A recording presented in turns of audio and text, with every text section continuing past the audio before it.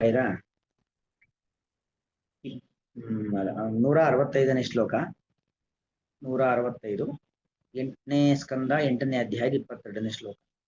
ಏವಂ ವಿಮೃಶ್ಯ ಅವ್ಯಭಿಚಾರಿ ಸದ್ಗುಣಂ ಪದಂ ನಿಜೈಕಾಶ್ರಿಯ ಸದ್ಗುಣಾಶ್ರಯಂ ಪದಂ ನಿಜೈಕಾಶ್ರಯಿ ಪದಂ ನಿಜೈಕಾಶ್ರಯಿ ಸದ್ಗುಣಾಶ್ರಯಂ ಪೌರೇ ಪರಂ ಸರ್ವಗುಣೈರಪೇಕ್ಷಿತಂ ರಮಾ ಮುಕುಂದಂ ನಿರಪೇಕ್ಷಮೀಪ್ಸಿತಂ.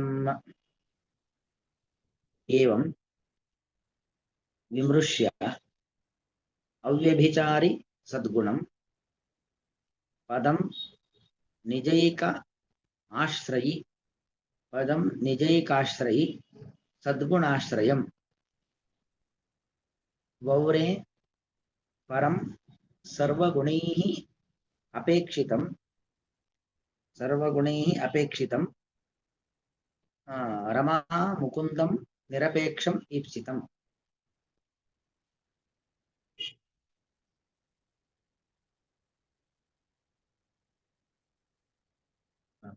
ಅಂದ್ರೆ ಹೀಗೆ ಎಲ್ಲರನ್ನೂ ಕೂಡ ತಿರಸ್ಕಾರ ಮಾಡಿ ಲಕ್ಷ್ಮೀದೇವಿ ಒಬ್ಬೊಬ್ಬರಲ್ಲೂ ಒಂದೊಂದು ರೀತಿಯಾಗಿರ್ತಕ್ಕಂಥ ದೋಷೋದ್ಘಾಟನೆಯನ್ನು ಮಾಡುವ ಮೂಲಕವಾಗಿ ಎಲ್ಲಾ ದೇವತೆಗಳನ್ನು ಸಮುದ್ರ ಮಥನದಿಂದ ಬಂದಂತಹ ಲಕ್ಷ್ಮಿ ತನ್ನ ಕೈಯಲ್ಲಿ ಮಾಲೆಯನ್ನು ಹಿಡ್ಕೊಂಡಿದ್ದಾಳೆ. ಆ ಮಾಲೆಯನ್ನ ಯಾರ ಕೊರಳಿಗೆ ಹಾಕಬೇಕು ಅನ್ನೋದಕ್ಕೆ ಉತ್ತರದ ರೂಪದಲ್ಲಿ ಪ್ರತಿಯೊಬ್ಬ ದೇವತೆಗಳಲ್ಲೂ ಋಷಿಗಳಲ್ಲೂ ಗಂಧರ್ವರು ಎಲ್ಲರಲ್ಲೂ ಕೂಡ ಅನೇಕ ರೀತಿಯಾಗಿರ್ತಕ್ಕಂತಹ ದೋಷಗಳನ್ನು ಉದ್ಘಾಟನೆಯನ್ನು ಮಾಡುವ ಮೂಲಕವಾಗಿ ಏವಂ ವಿಮೃಶ್ಯ ಅಂತ ಹೇಳಿದ್ರೆ ವಿಚಾರಗಳನ್ನ ಮಾಡಿ ವಿಮರ್ಶೆಗಳನ್ನ ಮಾಡಿ ಅಂತ ಅರ್ಥ. ಅಂದ್ರೆ ಪ್ರತಿಯೊಬ್ಬ ದೇವತೆಗಳಲ್ಲೂ ಇರತಕ್ಕಂಥ ದೋಷಗಳನ್ನ ಜಗತ್ತಿಗೆ ತೋರಿಸಿ ಏವಂ ವಿಮೃಶ್ಯ ಅವ್ಯಭಿಚಾರಿ ಸದ್ಗುಣಂ ನಿಜ ಏಕಾಶ್ರಯಿ ಸದ್ಗುಣಾಶ್ರಯಂ. ಭಗವಂತ ಅವ್ಯಭಿಚಾರಿ ಸದ್ಗುಣ ಅಂದ್ರೆ ಯಾವುದೋ ಒಂದು ಗುಣ ಇದೆ ಅಂದ್ರೆ ಆ ಗುಣಕ್ಕೊಂದು ವ್ಯಭಿಚಾರ ಇರುತ್ತೆ ಎಲ್ಲರಲ್ಲೂ ಕೂಡ. ಅವನಲ್ಲಿ ಸಿಕ್ಕಾಪಟ್ಟೆ ದುಡ್ಡಿದೆ ಅಂದ್ರೆ ಅವನು ಧನಿಕ, ಆದ್ರೆ ಆ ಧನಿಕತ್ವ ಎಂಬ ಒಂದು ಗುಣಕ್ಕೆ ವ್ಯಭಿಚಾರ. ಅವನಿಗಿಂತ ಧನವಂತ ಮತ್ತೊಬ್ಬ ಇರ್ತಾನೆ, ಅವನು ಬಲವಂತ ಅಂದ್ರೆ ಅವನಿಗಿಂತ ಬಲವಂತ ಮತ್ತೊಬ್ಬ ಇರ್ತಾನೆ, ಅವನು ಜ್ಞಾನವಾನ್ ಅಂತ ಆದ್ರೆ ಅವನಿಗಿಂತ ಜ್ಞಾನಿ ಮತ್ತೊಬ್ಬ ಇರ್ತಾನೆ. ಹೀಗೆ ಸಾಮಾನ್ಯ ಮನುಷ್ಯರ ಗುಣಗಳಿಗೆ ಒಂದು ವ್ಯಭಿಚಾರ ಅಂತ ಇರುತ್ತೆ. ವ್ಯಭಿಚಾರ ಅಂದ್ರೆ ಹಾಗೆ ಅವರ ಗುಣವನ್ನ ಮೀರುವಂತ ಮತ್ತೊಬ್ಬ ಗುಣ, ಅವನ ಬಲವನ್ನ ಮೀರುವಂತ ಮತ್ತೊಬ್ಬ ಬಲಿ, ಅವನ ಜ್ಞಾನವನ್ನ ಮೀರುವಂತ ಮತ್ತೊಬ್ಬ ಜ್ಞಾನಿ ಇರ್ತಾರೆ ಅನ್ನೋದು ಹೀಗೆಲ್ಲ ವ್ಯಭಿಚಾರ ಅಂತ ಇರುತ್ತೆ. ಆದ್ರೆ ಭಗವಂತನಿಗಾಗಬೇಕಾದ್ರೆ ಅವನು ಭಗವಂತ ಅವ್ಯಭಿಚಾರಿ ಸದ್ಗುಣ ಅಂತ ಅರ್ಥ. ಭಗವಂತನ ಸೌಂದರ್ಯ, ಭಗವಂತನ ಜ್ಞಾನ, ಭಗವಂತನ ಶಕ್ತಿ, ಭಗವಂತನ ಸಂಪತ್ತು ಇದ್ಯಾವುದನ್ನು ಮೀರುವಂತ ಮತ್ತೊಬ್ಬ ವ್ಯಕ್ತಿ ಇಲ್ವೇ ಇಲ್ಲ.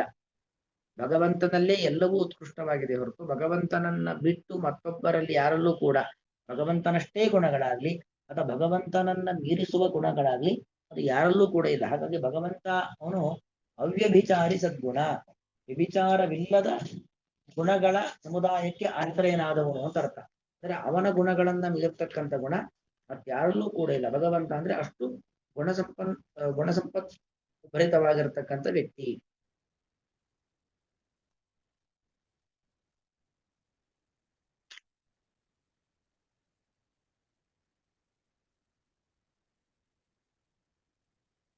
ನಿಜೈಕಾಶ್ರಯಿ ಸದ್ಗುಣಾಶ್ರಯಂ.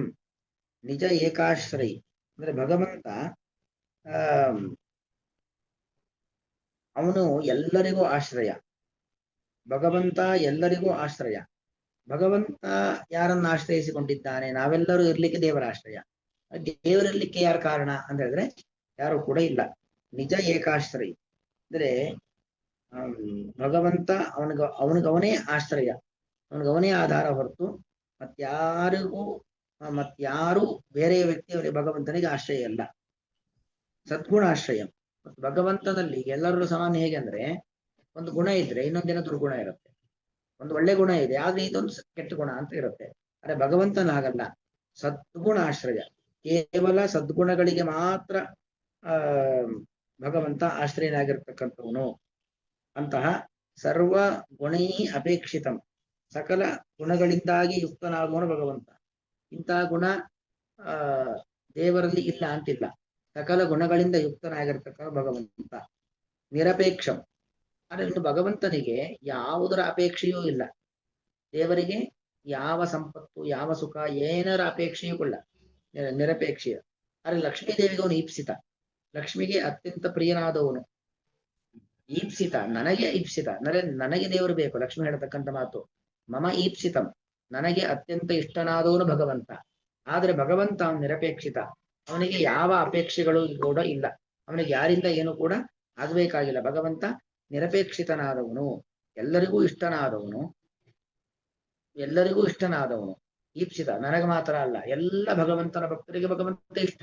ಆದರೆ ಭಗವಂತನಿಗೆ ಮಾತ್ರ ಯಾವ ಬಯಕೆಯೂ ಕೂಡ ಇಲ್ಲ. ಹೀಗೆ ಸರ್ವಗುಣೈಹಿ, ಎಲ್ಲಾ ಗುಣಗಳಿಂದ ಯುಕ್ತನಾದವನು ಭಗವಂತ. ಅಂತ ಭಗವಂತನನ್ನ ರಮಾ ಮುಕುಂದಂ ಒವರೆ. ರಮಾ ಅಂದರೆ ಲಕ್ಷ್ಮೀದೇವಿ. ಆ ಲಕ್ಷ್ಮೀದೇವಿ ಅಂತ ಮುಕುಂದ, ಮೋಕ್ಷಪ್ರದನಾಗಿರ್ತಕ್ಕಂಥ ಭಗವಂತನನ್ನ ಒವರೆ. ಒವರೆ ಅಂತ ಹೇಳಿದ್ರೆ ವರಿಸಿದಳು ಅಂತ ಅರ್ಥ. ಮದುವೆಯ ಸಂದರ್ಭದಲ್ಲಿ ಮದುವೆ ಆಗ್ಬೇಕು, ಸಮುದ್ರದಿಂದ ಹುಟ್ಟಿ ಬಂದಿರತಕ್ಕಂಥ ಲಕ್ಷ್ಮೀದೇವಿಗೆ ಇನ್ನು ಮುಂದೆ ವಿವಾಹವಾಗಬೇಕು. ವಸ್ತುತಃ ಲಕ್ಷ್ಮೀನಾರಾಯಣ ದೇವರಿಗೆ ಎಂದೆಂದು ವಿಯೋಗ ಅಂತಾನೆ ಇಲ್ಲ. ವಿಯೋಗ ಅಂತಿದ್ರೆ ಅಲ್ಲಿ ವಿವಾಹದ ಪ್ರಶ್ನೆ ಬರುತ್ತೆ. ಅರೆ ವಿಯೋಗ ಅಂತಿಲ್ಲ. ಅದರ ಲೋಕದೃಷ್ಟಿಯಿಂದಾಗಿ ಒಂದು ವಿವಾಹದ ಒಂದು ಪ್ರಕ್ರಿಯೆ ನಡೀತಾ ಇದೆ ಅಂತ. ರುಂಡಿ ವರ್ಣೆ ಒವ್ರೇ ಒವ್ರಾತೆ ಒಬ್ರಿರೆ. ಲಕ್ಷ್ಮೀದೇವಿ ಭಗವಂತನನ್ನ ವರಿಸಿದಳು. ಆ ಭಗವಂತನೇ ನನಗೆ ಪತಿ, ಬೇರೆ ಯಾರೂ ಕೂಡ ನನಗೆ ಪತಿಯಾಗಲು ಯೋಗ್ಯರಾದವರಲ್ಲ ಎಂಬುದಾಗಿ ಲಕ್ಷ್ಮಿ ಹೇಳ್ತಾ ಇದ್ದಾಳೆ ಅನ್ನೋದು ಒಂದು ಅಭಿಪ್ರಾಯ. ಈ ಮೂಲಕವಾಗಿ ಹರಿಯೇ ಸರ್ವೋತ್ತಮ ಎಂತಕ್ಕಂಥ ತತ್ವವನ್ನ ಜಗತ್ತಿಗೆ ಲಕ್ಷ್ಮೀದೇವಿ ನೀಡುತ್ತಾ ಇದ್ದಾಳೆ. ಕಿಂ ಏತದ್ ದೋಷ ವಿಮರ್ಶೇನ ಇತ್ಯತಃ ತತ್ ಪ್ರಯೋಜನಂ ದರ್ಶಯತಿ. ಅಂದ್ರೆ ಒಬ್ಬೊಬ್ಬ ದೇವತೆಗಳಲ್ಲಿ ಒಂದೊಂದು ರೀತಿಯಾಗಿರ್ತಕ್ಕಂಥ ದೋಷ ಇದೆ ಅನ್ನೋದನ್ನ ಇಷ್ಟೊತ್ತು ಲಕ್ಷ್ಮೀದೇವಿ ಹೇಳಿದ್ಲು.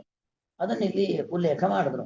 ಯಾಕೆ ಎಲ್ಲರಲ್ಲೂ ದೋಷೋದ್ಘಾಟನೆಯನ್ನ ಮಾಡೋದ್ರಿಂದ ಏನ್ ಪ್ರಯೋಜನ ಅಂತ ಪ್ರಶ್ನೆ ಬಂದ್ರೆ, ತತ್ ಪ್ರಯೋಜನಂ ದರ್ಶಯತಿ. ಇತರ ದೇವತೆಗಳಲ್ಲಿ ಏನು ದೋಷ ಇದೆ ಅನ್ನೋದನ್ನ ತೋರಿಸಿದ್ರಿಂದ ಏನು ಪ್ರಯೋಜನ ಅನ್ನೋದನ್ನ ಇಲ್ಲಿ ಹೇಳ್ತಾ ಇದ್ದಾರೆ. ಏವಮಿತಿ ಅವ್ಯಭಿಚಾರಿ ಸದ್ಗುಣಂ ಅವ್ಯಭಿಚಾರಿಣಃ ಕದಾಪಿ ಅನಪಗತಾಃ ಸಂತಃ ದೋಷ ಅಸಮಾನಾಧಿಕರಣಾಃ ಗುಣಾಃ ಯಸ್ಮಿನ್ ತಾದೃಶಂ. ಆ ಪದಕರ್ತ ಅವ್ಯಭಿಚಾರಿ ಸದ್ಗುಣ ಅಂತೇನು ಬಂತು, ಆ ಅವ್ಯಭಿಚಾರಿ ಸದ್ಗುಣ ಎಂಬುದಕ್ಕೆ ಅರ್ಥವನ್ನ ಉಲ್ಲೇಖ ಮಾಡ್ತಾ ಇದ್ದಾರೆ. ಅವ್ಯಭಿಚಾರಿಣಃ ಕದಾಪಿ ಅನಪಗತಾಃ. ಅವ್ಯಭಿಚಾರಣ ಶಬ್ದ ಅಂದ್ರೆ ಅವ್ಯಭಿಚಾರಿಯಾದಂತ ಸದ್ಗುಣಗಳು ದೇವರಲ್ಲಿ ಇದ್ದಾವೆ. ಅವ್ಯಭಿಚಾರಿ ಶಬ್ದಕ್ಕೆ ಅರ್ಥ ಏನು? ಈಕ್ವಲ್ಸ್ ಅವ್ಯಭಿಚಾರಿಣಃ, ವ್ಯಭಿಚಾರವಲ್ಲದಂದ್ರೆ ಕದಾಪಿ ಅನಪಗತಾಃ.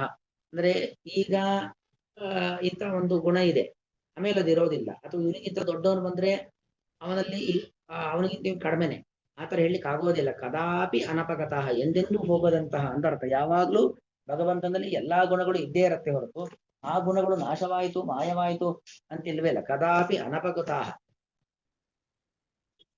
ಸಂತಹ. ಇನ್ನು ಸದ್ಗುಣ, ಸದ್ಗುಣ ಅಂದ್ರೆ ಅರ್ಥ ಏನು? ಸಂತಹ ದೋಷ ಅಸಮಾನಾಧಿಕರಣ ಗುಣ. ಸದ್ಗುಣ ಅಂದ್ರೆ ನಮ್ಮಲ್ಲೂ ಏನೋ ಒಂದಷ್ಟು ಗುಣಗಳಿದ್ದಾವೆ, ಅದನ್ನ ನಾವು ಸದ್ಗುಣ ಅಂತ ಅನ್ಕೊಂಡಿರ್ತೀವಿ. ಆದ್ರೆ ಭಗವಂತನಲ್ಲಿರ್ತಕ್ಕಂಥ ಗುಣಗಳೆಲ್ಲವೂ ಕೂಡ ಅದು ದೋಷ ಅಸಮಾನಾಧಿಕರಣವಾದದ್ದು. ದೋಷ ಸಮಾನಾಧಿಕರಣ ಅಂದ್ರೆ ಗುಣದ ಜೊತೆಲೇ ದೋಷ ಇರುತ್ತೆ, ಗುಣವೂ ಇರುತ್ತೆ, ದೋಷನೂ ಇರುತ್ತೆ. ಒಂದು ಕಡೆ ಗುಣ, ಮತ್ತೊಂದು ಕಡೆ ದೋಷ. ಇದು ದೋಷ ಸಮಾನಾಧಿಕರಣ ಅಂತ ಅರ್ಥ. ದೋಷ ಅಸಮಾನಾಧಿಕರಣ ಅಂತ ಹೇಳಿದ್ರೆ ದೋಷದ ಸಂಪರ್ಕವೇ ಇಲ್ಲ, ಬರೀ ಗುಣವೇ ಅಂತ ಅರ್ಥ. ಹೀಗೆ ದೋಷ ಅಸಮಾನಾಧಿಕರಣವಾದ ಗುಣಗಳಿಗೆ ಸದ್ಗುಣ ಅಂತ. ದೋಷದ ಸಂಪರ್ಕವೇ ಇಲ್ಲದೆ ಬರೀ ಬರೀ ಗುಣಗಳಿದ್ರದನ್ನ ಸದ್ಗುಣ ಅಂತ ಕರೆಯುವಂಥದ್ದು. ಯಸ್ಮಿನ್ ತಾದೃಶಂ, ಇಂತಹ ಭಗವಂತನಲ್ಲಿ. ಇನ್ನು ನಿಜೈಕಾಶ್ರಯಿ ನಿಜಶ್ಚಾಸು ಮುಖ್ಯಶ್ಚಾಸು ಆಶ್ರಯಶ್ಚ ಸಹ ಯೇಷಾಮಸ್ತಿ ಇತಿ. ನಿಜೈಕಾಶ್ರಯ ಶಬ್ದ ಅಂದ್ರೆ ನಿಜ, ನಿಜಶ್ಚಾಸು ಮುಖ್ಯಶ್ಚಾಸು. ನಿಜ ಶಬ್ದಕ್ಕೆ ಮುಖ್ಯ ಅಂತ ಅರ್ಥ ಇಟ್ಕೊಂಡಿದ್ದಾರೆ ಇಲ್ಲಿ. ಅಂದ್ರೆ ಮುಖ್ಯವಾದ ಆಶ್ರಯ, ನಮ್ಮೆಲ್ಲರಿಗೂ ಮುಖ್ಯವಾದ ಆಶ್ರಯ ಭಗವಂತ. ಉದಾಹರಣೆಗೆ ನಾವು ನಮ್ಮನೆಯಲ್ಲಿದ್ದೇವೆ, ಈ ಮನೆ ನಮಗೆ ಆಧಾರ ಆಶ್ರಯ. ಅಥವಾ ನಮ್ಮನ್ನ ಸಾಕಿದವರು, ನಮ್ಮನ್ನ ಸಂರಕ್ಷಣೆ ಮಾಡತಕ್ಕಂಥ ನಮ್ಮ ತಂದೆ ತಾಯಿಯಂದರು, ಹಾಗೆ ಅವರು ನಮಗೆ ಆಶ್ರಯ. ಹೀಗೆಲ್ಲ ನಾವು ಅನ್ಕೊಂಡಿರುವಾಗ ಎಲ್ಲರಿಗೂ ಮುಖ್ಯವಾದ ಆಶ್ರಯ ಯಾರು?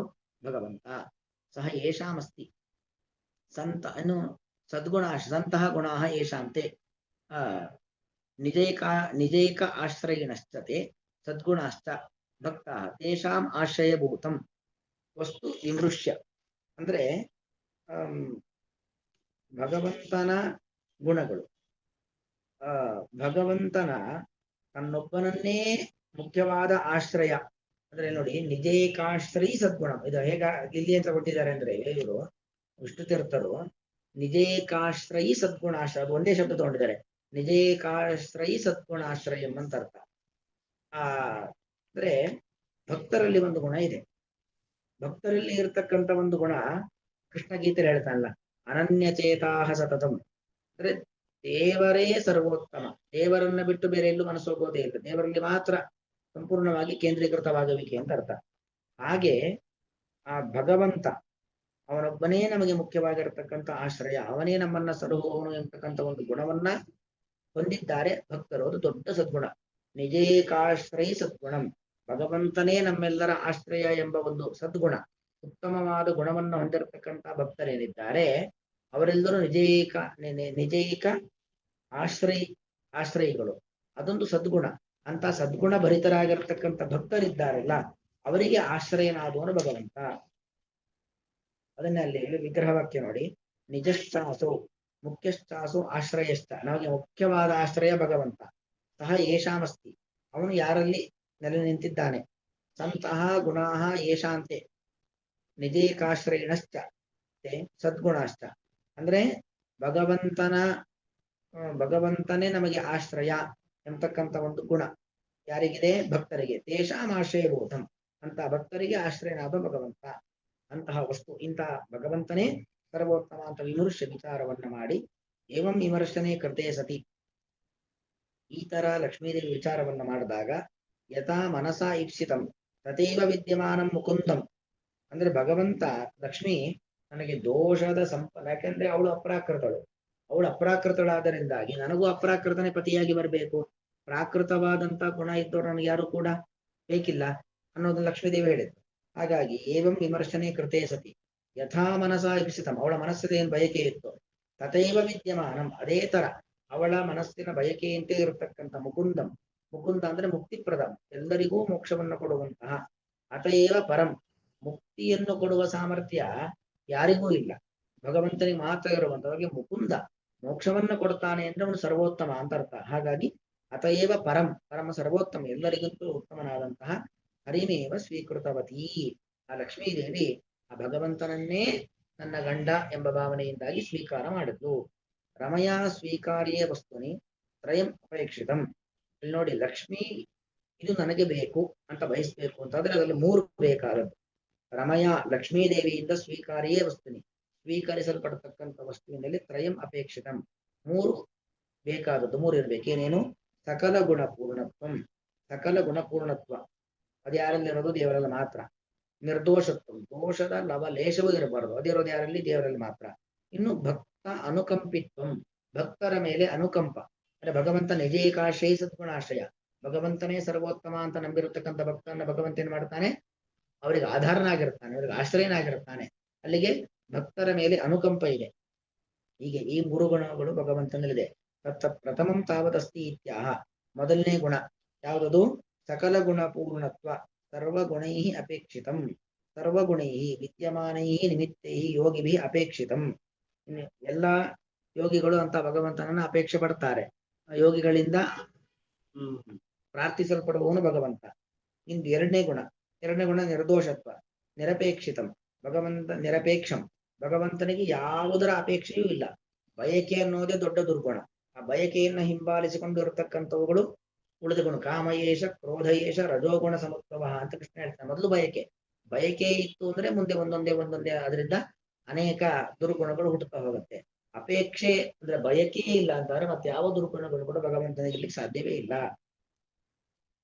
ಕಾಮುಕತ್ವ ಉಪಲಕ್ಷಿತ ಸರ್ವದೋಷರಹಿತತ್ವ ಅಂದ್ರೆ ನಿರಪೇಕ್ಷಿತ ಅಂದ್ರೆ ಏನು ಕಾಮುಕನಲ್ಲ ಅಂತ ಅರ್ಥ ಅಂದ್ರೆ ಬಯಕೆಗಳು ಭಗವಂತನಿಗಿಲ್ಲ ಅಂತ ಅರ್ಥ ಬಯಕೆಗಳಿಲ್ಲ ಅಂದ್ರೆ ಬರೀ ಬಯಕೆಗಳಿಲ್ಲ ಅಂತ ಅರ್ಥ ಅಲ್ಲ ಯಾವುದೇ ರೀತಿಯಾಗಿರ್ತಕ್ಕಂತಹ ಬಯಕೆ ಮತ್ತು ಅದರ ಜೊತೆಗೆ ಬಯಕೆಯನ್ನು ಹಿಂಬಾಲಿಸಿಕೊಂಡಿರತಕ್ಕಂಥ ಯಾವ ದುರ್ಗುಣಗಳು ಕೂಡ ಅದು ಭಗವಂತನಲ್ಲಿ ಇಲ್ಲ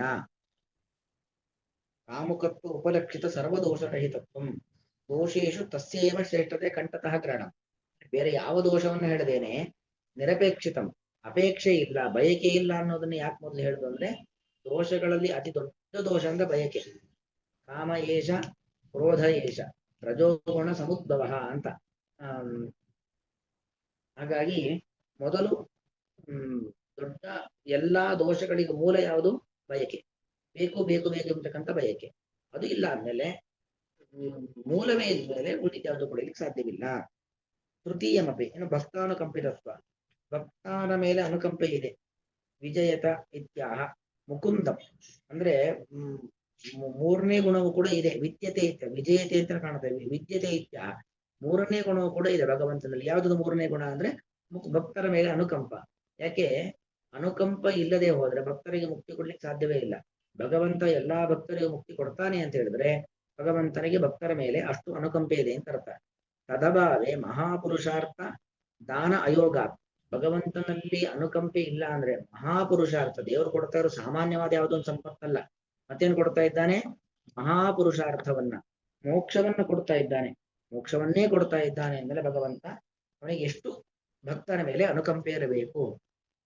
ಹೀಗೆ ಈ ಲಕ್ಷ್ಮೀದೇವಿ ಇತರ ದೇವತೆಗಳು ಋಷಿಮುನಿಗಳು ಇವರೆಲ್ಲರಲ್ಲೂ ಕೂಡ ದೋಷವನ್ನ ತೋರಿಸುವ ಮೂಲಕವಾಗಿ ಅವರಲ್ಲಿ ಇರ್ತಕ್ಕಂಥ ದೋಷವನ್ನ ತೋರಿಸುವಂಥದ್ದು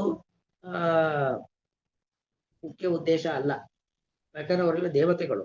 ದೇವತೆಗಳ ದೋಷ ಯಾವುದು ಕೂಡ ಅದು ದೋಷವೇ ಅಲ್ಲ. ಆದ್ರೆ ಭಗವಂತ ಸರ್ವೋತ್ತಮ ಅನ್ನೋದನ್ನ ಜಗತ್ತಿಗೆ ಸ್ಪಷ್ಟಪಡಿಸ್ಬೇಕು. ಯಾಕಂದ್ರೆ ಲಕ್ಷ್ಮಿಯ ಅಪೇಕ್ಷೆ ಪ್ರತಿಯೊಬ್ಬರಿಗೂ ಇರುತ್ತೆ. ದೈತ್ಯರಿಗೂ ಲಕ್ಷ್ಮಿ ಬೇಕು ಅಲ್ವಾ? ಹಾಗಾಗಿ ಲಕ್ಷ್ಮಿಯೇ ಆ ಭಗವಂತನನ್ನ ಸರ್ವೋತ್ತಮ ಅಂತ ಒಪ್ಕೊಂಡ ಮೇಲೆ ಮತ್ತೆಲ್ಲರೂ ಕೂಡ ಭಗವಂತನನ್ನ ಸರ್ವೋತ್ತಮ ಅಂತ ಒಪ್ಕೊಳ್ತಾರೆ. ಅದಕ್ಕೋಸ್ಕರವಾಗಿ ಲಕ್ಷ್ಮಿ ಈ ರೀತಿಯಾಗಿ ಭಗವಂತ ಸರ್ವೋತ್ತಮ ಅದು ಹೇಗೆ, ಅದು ಯಾಕೆ ಅನ್ನೋದನ್ನ ಈ ಒಂದು ಪ್ರಕರಣದ ಮೂಲಕವಾಗಿ ತೋರಿಸಿಕೊಡ್ತಾ ಇದ್ದಾಳೆ. ಒಂದ್ಸರಿ ಅನ್ವಯ ಅರ್ಥ ಹೇಳ್ಬಿಡ್ತೇನೆ.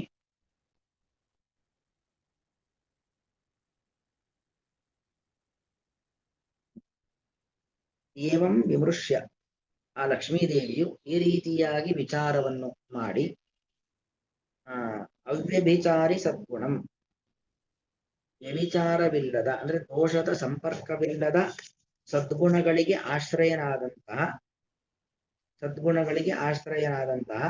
ನಿಜೈಕಾಶ್ರಯಿ ಸದ್ಗುಣಾಶ್ರಯಂ, ನಿಜೈಕಾಶ್ರಯಿ ತನ್ನೊಬ್ಬನನ್ನೇ ಮುಖ್ಯ ಆಶ್ರಯ ಎಂಬುದಾಗಿ ನಂಬಿರುವಂತಹ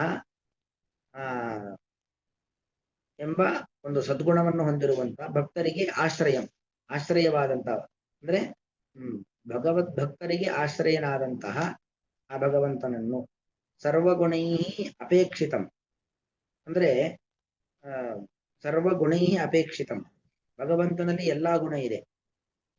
ಸರ್ವಗುಣೈ ಎಲ್ಲಾ ಗುಣಗಳು ಇರುವುದರಿಂದ ಅಪೇಕ್ಷಿತ, ನಮ್ಮೆಲ್ಲರಿಂದಲೂ ಅಪೇಕ್ಷಿತನಾದವನು ಭಗವಂತ. ಹೀಗರ್ಥ.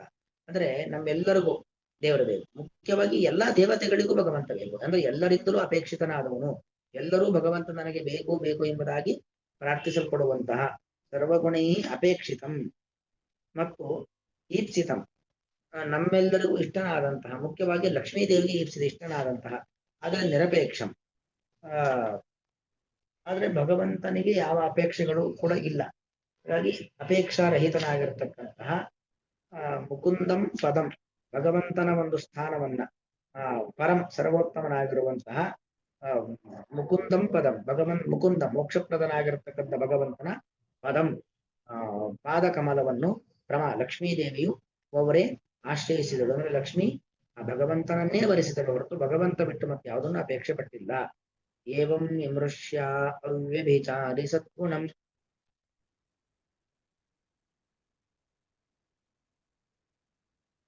ಪದಂ ನಿಜೈಕಾಶ್ರಯಿ ಸದ್ಗುಣಾಶ್ರಯಂ ಪೌರೇ ಪರಂ ಸರ್ವಗುಣೈರಪೇಕ್ಷಿತಂ ರಮಾ ಮುಕುಂದಂ ನಿರಪೇಕ್ಷಮೀಪ್ಸಿತಂ. ಶ್ರೀಕೃಷ್ಣಾರ್ಪಣಮಸ್ತು.